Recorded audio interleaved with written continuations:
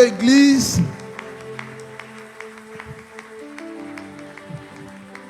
Alléluia. Amen. Nous gardons cette position. Nous gardons cette position, je disais. Nous sommes dans le livre de Deutéronome. Depuis quelque temps, nous avons déjà commencé avec nos séries d'enseignements.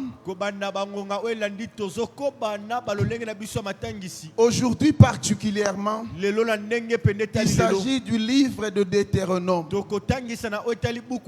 Alléluia, Église. Amen. Nous avions déjà parlé de Pentateuque, les 5 livres de Moïse. Alléluia, Église. Amen. La fois passée, je crois bien c'était Papa Dieu qui a suffisamment parlé. Je crois bien qu'il était sur le livre de Lévitique. Mais ce soir, nous sommes dans le livre de Deutéronome.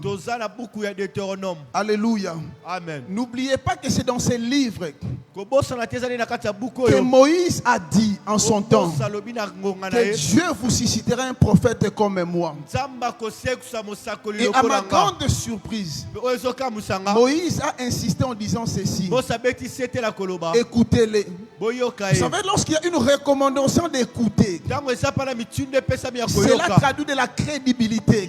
Cela revient à dire que celui qui vient, il mérite notre attention et notre écoute. Alléluia. Amen. Nous sommes dans Deutéronome, chapitre 6e, verset 4 à 5. Deutéronome 6, 4 à 5, à 5, pardon. Deutéronome chapitre 8e. Deutéronome 8, 7 à 10. Deutéronome 7, 1 à 4.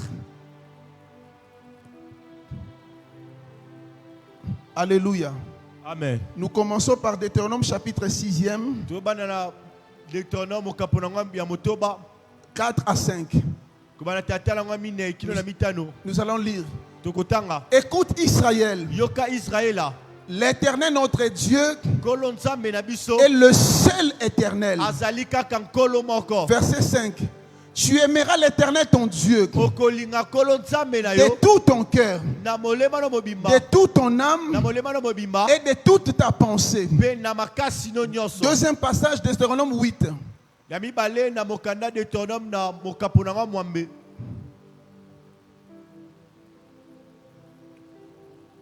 8, 7 à 10.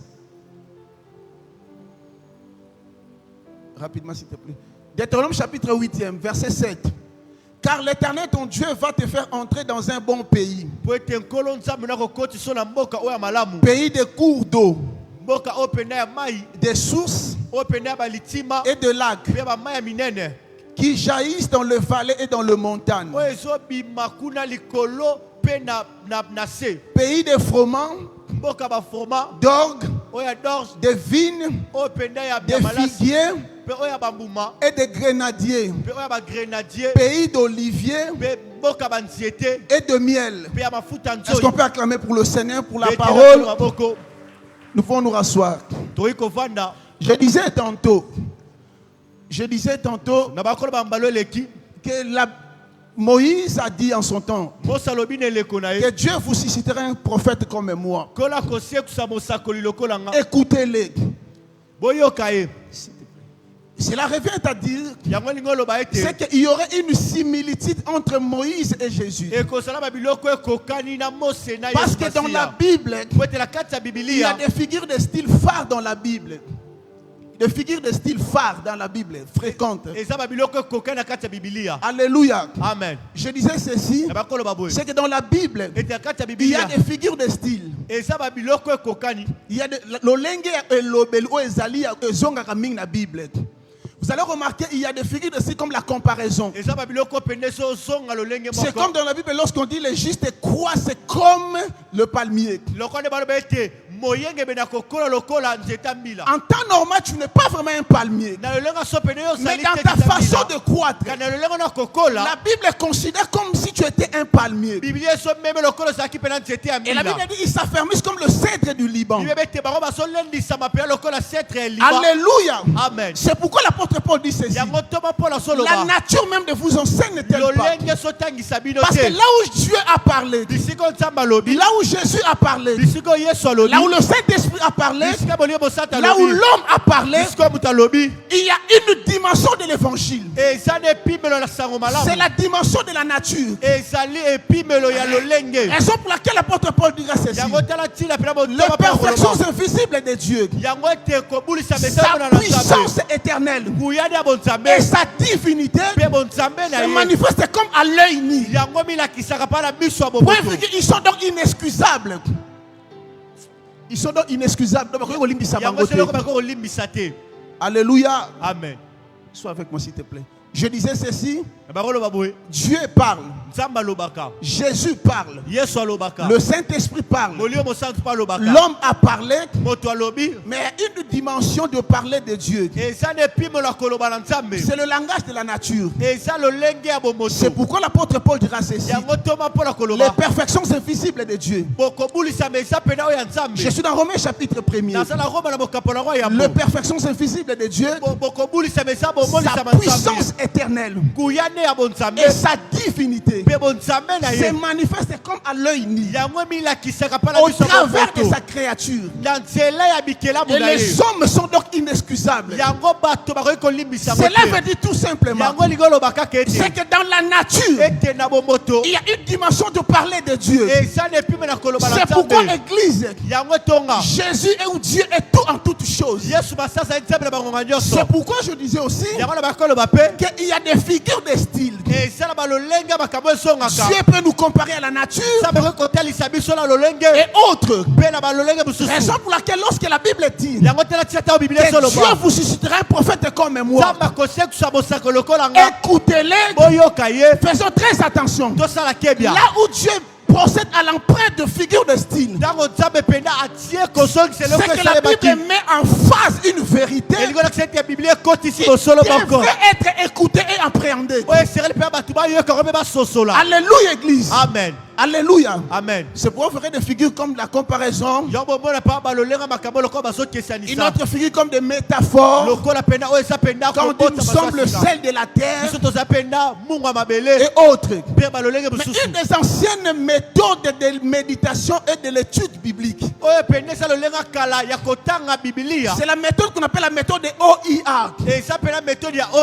O comme observation, I comme interprétation, comme application. Et faisons très attention. Lorsqu'on observe, on n'a pas encore prêché. La véritable prédication commence lorsque on prend maintenant la Bible et on commence à interpréter. Mais une des clés majeures de l'interprétation biblique, c'est la dimension où on trouve Jésus en toutes choses. Lorsqu'on ne retrouve pas Jésus, on n'a pas encore commencé à prêcher. On exhorte. Exhorter. Parce que la prédication véritable se réfère à Hébreu. Lorsque la Bible dit, après avoir parlé par des prophètes, en ce temps de la fin, il nous parle par son fils Jésus. Cela veut dire quoi? Depuis l'incarnation de Jésus, nous sommes déjà en ce temps de la fin. Parce que la Bible dit ceci. En ce temps de la fin, il nous parle au travers de son fils Jésus. Si depuis qu'il a été incarné, Dieu nous parle par son fils, c'est qu'aujourd'hui nous sommes à la fin du temps de la fin. Alléluia. Amen. Alléluia. Amen. Et Jésus, il est en train de typifier, en fait, c'est la véritable typologie de Moïse dans la grâce. Je dis c'est la véritable typologie de Moïse dans la grâce. Et parmi les signes caractéristiques, c'est que si le patriarche Moïse était le médiateur d'une alliance, Jésus il est aussi le médiateur d'une alliance. Alléluia, Église. Amen. Maintenant, nous sommes dans le livre de Deutéronome. Écoutez-moi rapidement. C'est quasiment le 5e livre de Moïse. Ici, après avoir passé beaucoup de temps dans le désert, il était question maintenant d'essayer de revigorer la mentalité de la génération montante. Pourquoi? Parce que dans peu de temps, le patriarche devrait partir. Mais on ne pouvait pas laisser une génération qui a peut-être n'est pas vécu la main de Dieu comme il se devait. Il était de la responsabilité du patriarche de faire comprendre aux enfants d'Israël les dieux véritables, les dieux de ses pères, pour qu'une fois arrivé dans la terre promise, qu'ils ne se méconduisent pas. Écoutez-moi, pourquoi ou les raisons de la rédaction de ces livres. Premièrement, c'était la nécessité du rappel. La nouvelle génération devrait s'approprier de ce que Dieu a dit. Deuxième vérité ou raison, il a fallu procéder par une forme d'adaptation de style de vie dans la terre promise.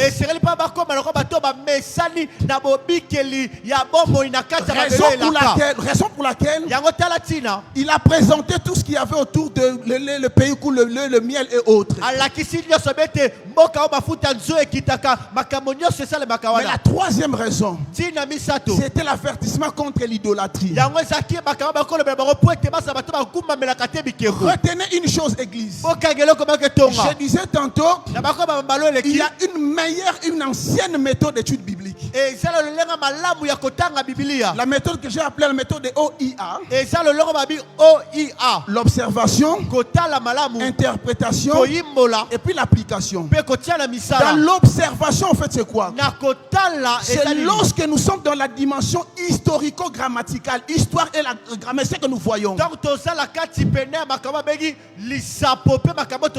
Nous sommes, c'est un culte d'étude biblique. Avant de rechercher les allégories ou le roman, faites un effort de comprendre l'histoire de ces peuples. Le pourquoi de la rédaction. Sinon tu passeras à côté de l'essentiel. Je disais 3 raisons majeures pour cette livre. Il y avait la nécessité du rappel, l'avertissement contre l'idolâtrie et aussi la manière de vivre dans la terre promise. C'est-à-dire à chaque fois qu'on te parle du livre de Deutéronome, Deutéronome signifie rien d'autre que la répétition de la loi. Raison pour laquelle Église, à tout moment nous devons mettre dans la tête que la répétition de la loi, c'est aussi la stratégie de Dieu pour inculquer la loi, les commandements dans la tête des fidèles, dans la tête de son peuple. Alléluia. Amen. Maintenant, pourquoi étudier ces livres? Voici les quelques raisons que nous avons retenues. La particularité de ces livres commence par le passage que nous avons lu. La Bible dit ceci. Écoute Israël. Il y a un seul Dieu. Le problème c'est quoi? C'est que l'unicité de Dieu, c'est une des vérités fondamentales fondamentale dans ce livre. Raison pour laquelle la plupart des gens à l'époque qu'on appelait des prosélytes, ils ont quitté leur religion parce qu'ils en avaient marre avec le polythéisme. Écoutez-moi, Église, l'avantage avec la foi que nous avons choisi, c'est quoi? C'est l'unicité de Dieu. Il y a un seul Dieu véritable qui ne partage pas sa gloire avec une autre divinité. Alléluia, Église. Amen. Lorsqu'on te présente une multiplicité de dieux, ce n'est pas Dieu. Alléluia. Amen. Le pourquoi de ces livres, je parlais de l'unicité de Dieu. Deux, la sélection de Dieu par amour. Deutéronome chapitre 7e. 7 à 8. Et troisième raison, c'était la centralité de la parole. Écoutez, Église, quand on parle avec les enfants d'Israël, ils croient que Dieu est un. C'est pourquoi on peut t'appeler à prêcher après 30 minutes. Je n'ai pas une vérité précise. Mais dans mon gibecière, pardon, je sais une chose. Que si on me demande de prêcher sur l'unicité de Dieu, avant d'appeler Paul et les autres, je récupère rapidement Deutéronome parce que dans ces livres, il est question de mettre Dieu à sa place. Et qu'on ne peut pas concurrencer Dieu avec d'autres dieux. Écoutez-moi, Église. Si le patriarche Moïse a pris soin de rappeler ces vérités, c'est parce que ces vérités restent fondamentales. La terre promise, elle est certes la terre qui était promise, mais autour de cette terre, il y a d'autres divinités. Si je ne sais pas lire Deutéronome, je servirai d'autres dieux. Écoutez-moi, Église, je suis à Kikwiti. On me dit qu'à côté il y a un village qu'on appelle Kimbinga. Mais lorsque j'interroge Moïse, écoutez ce que Moïse me rappelle. Jovial n'oublie pas. Il y a un seul Dieu. Et à côté de lui, il y en aura d'autres. Alléluia, Église. Amen, papa. Je préfère souffrir avec le Dieu principal et unique que de souffrir avec le mélange. Raison pour laquelle le passage où on parle d'adorateur adoreur en esprit et en vérité, c'est que les gens ignorent, c'est que Jésus était à côté de cette montagne qu'on appelle Garizim. Et sur cette montagne, il y avait le culte de mélange. On peut faire passer les enfants par le feu. Mais écoutez, ce que j'aime, c'est quoi? C'est que lorsque Dieu parle, il sait qu'en vérité et en esprit tu maîtrises déjà. Mais en vérité, cela veut dire tout simplement que rappelle-toi au commencement, il y a un seul Dieu et il n'y en aura pas d'autre. Alléluia, Église. Amen, papa. Je parlais tantôt de l'élection par amour. Est-ce que vous savez que lorsque Dieu parle ici, dans Deutéronome 7 que nous avons lu tantôt, si tu scrutes très bien cette parole, tu vas comprendre une chose. Je ne sais pas, mais tu vas comprendre que c'est comme si la grâce avait précédé la loi. L'élection d'Israël d'Israël, c'était par amour. L'élection d'Israël, ce n'était pas d'abord par rapport à leur position. Le motif qui a justifié l'élection d'Israël, c'était une forme de Dieu à tant aimer le monde. Alléluia. Amen. Écoutez-moi, église. Yoka. Prenons à tout moment nos Bibles. Méditons sérieusement la parole de Dieu. Même notre façon de voir Dieu va changer. Notre manière de considérer Dieu va changer. Il y a quelqu'un qui a pris le mot Bible, qui l'a développé sous forme d'acronyme. Il a dit B comme Baywan. Achète une. I comme investigation, B comme to believe, donc se comporter, L comme life et puis E comme éternel. Cela veut dire quoi? Achète-en une. Achète-en une. Fais des investigations. Comporte-toi en fonction de ce qui est écrit pour avoir la vie éternelle.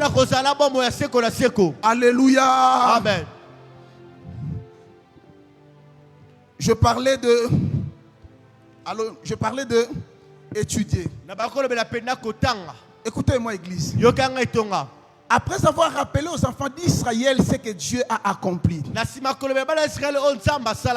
et il a présenté le principe, Dieu a présenté la loi véritablement. Maintenant, je me pose la question. En quoi ce livre nous est utile aujourd'hui? En quoi ce livre nous est utile aujourd'hui? Certes, nous pouvons avoir tous les commentaires du monde, mais pour ce qui nous concerne, en quoi ce livre nous est utile? Premièrement, c'est pour vaincre la tentation. Alléluia. Amen. Deuxièmement, pour comprendre la loi et la grâce. Troisièmement, pour avoir de l'éthique sociale. Vous allez me poser la question, pourquoi j'insiste?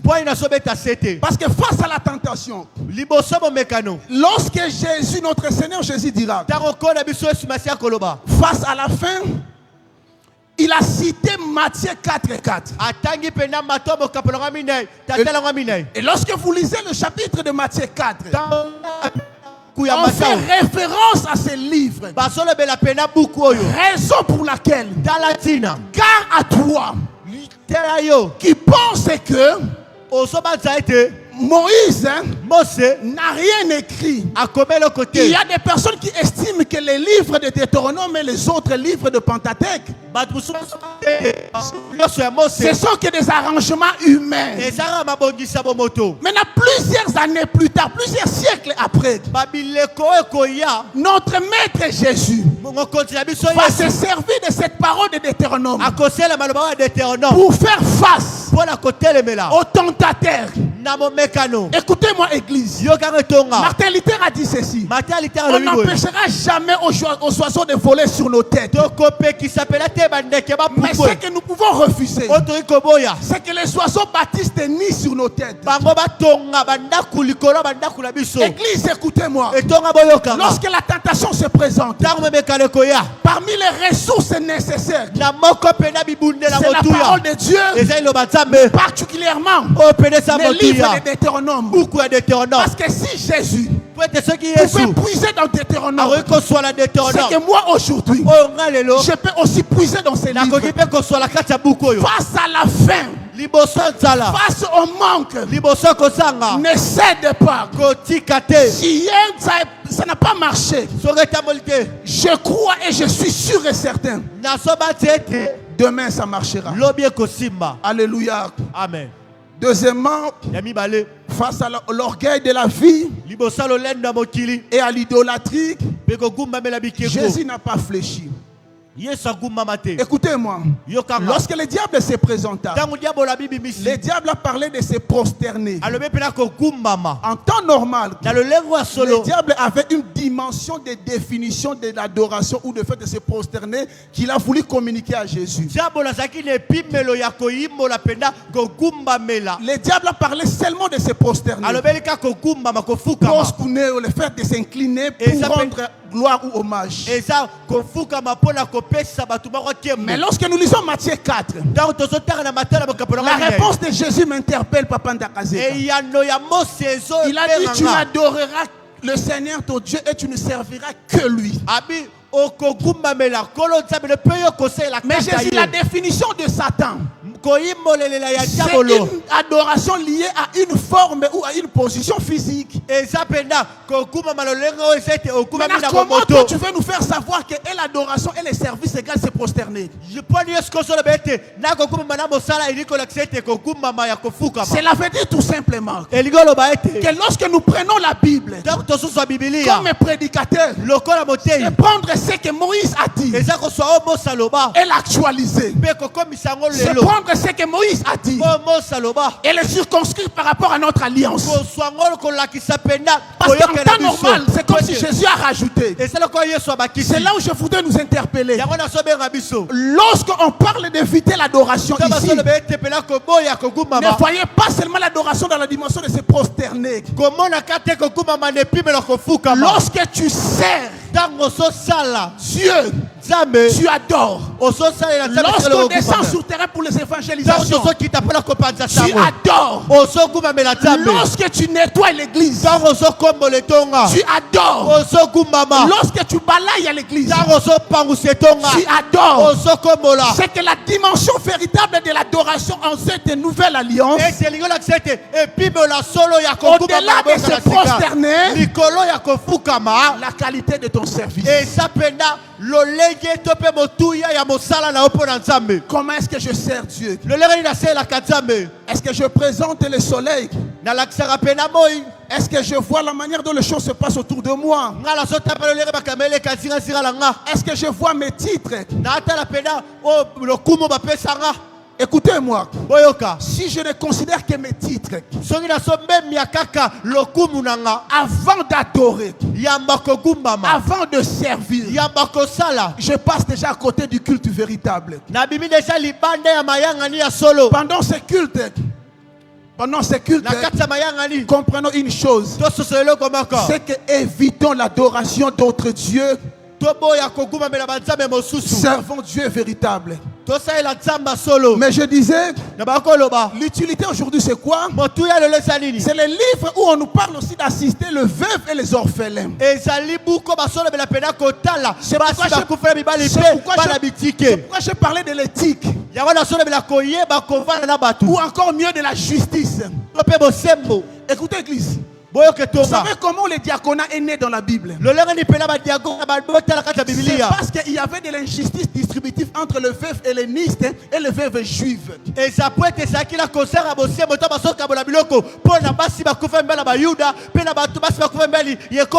y avait le favoritisme. Mais lorsque nous lisons les critères pour choisir les diacres,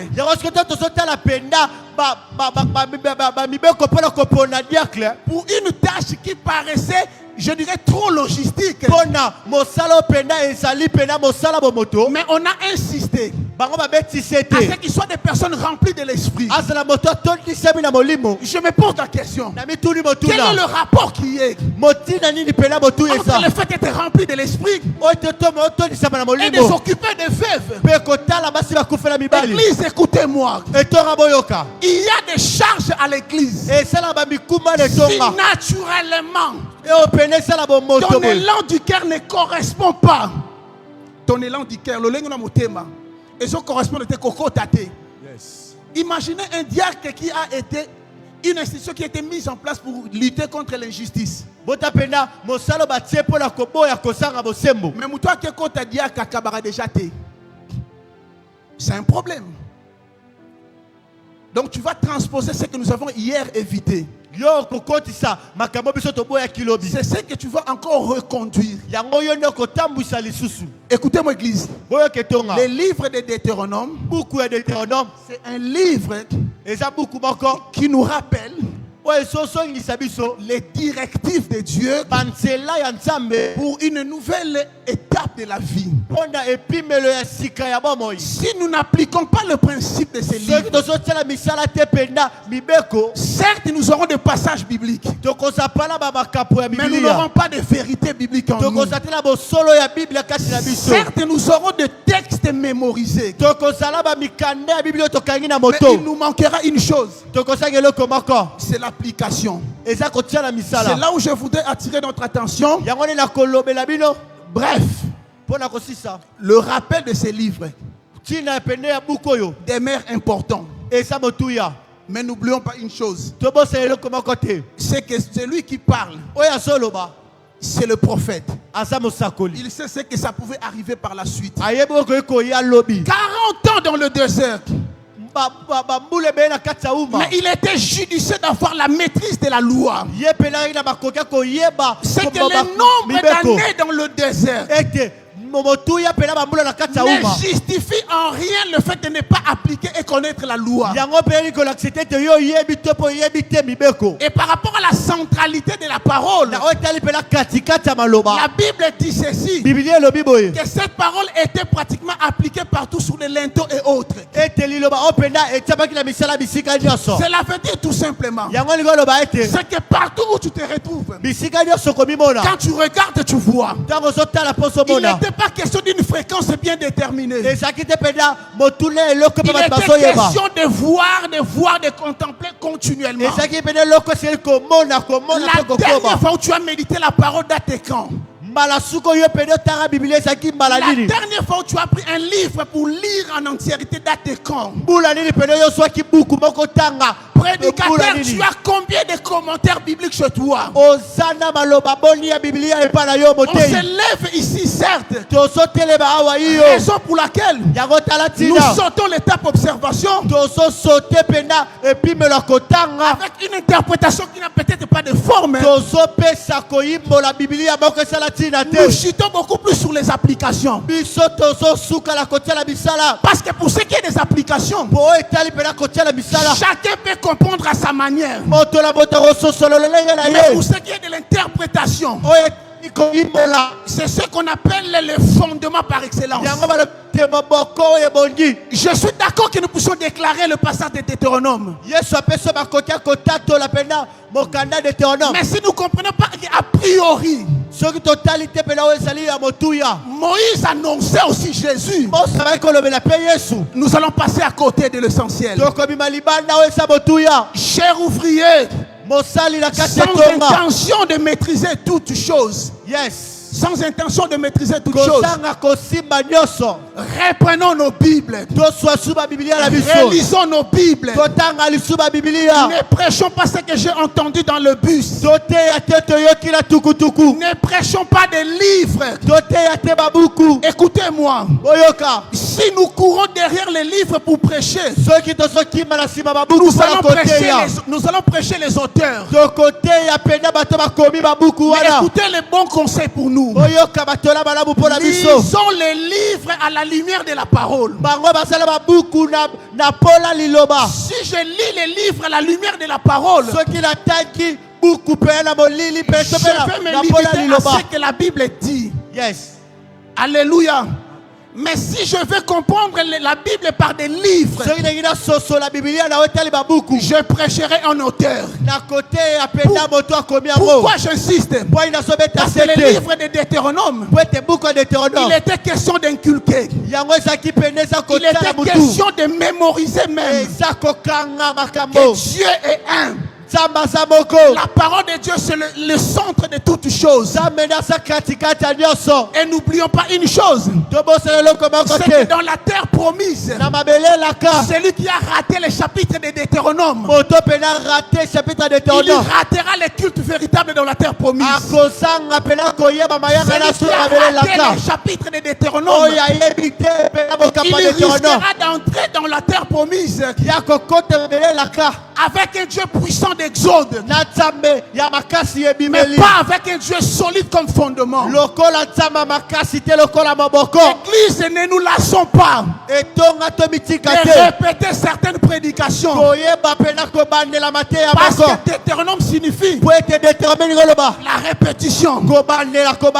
Et d'ailleurs, écoutez ce que Ecclésiaste dit: ce qui était sera, et ce qui sera a été.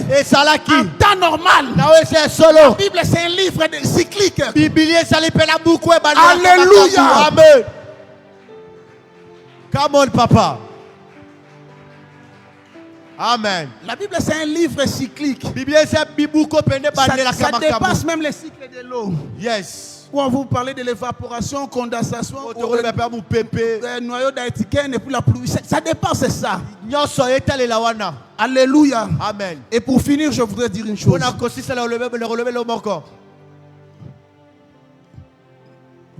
Ce que Dieu a fait avec nous aujourd'hui, ou ce que Dieu avait fait avec nous hier, ce sont des gages qui alimentent notre louange et adoration de demain.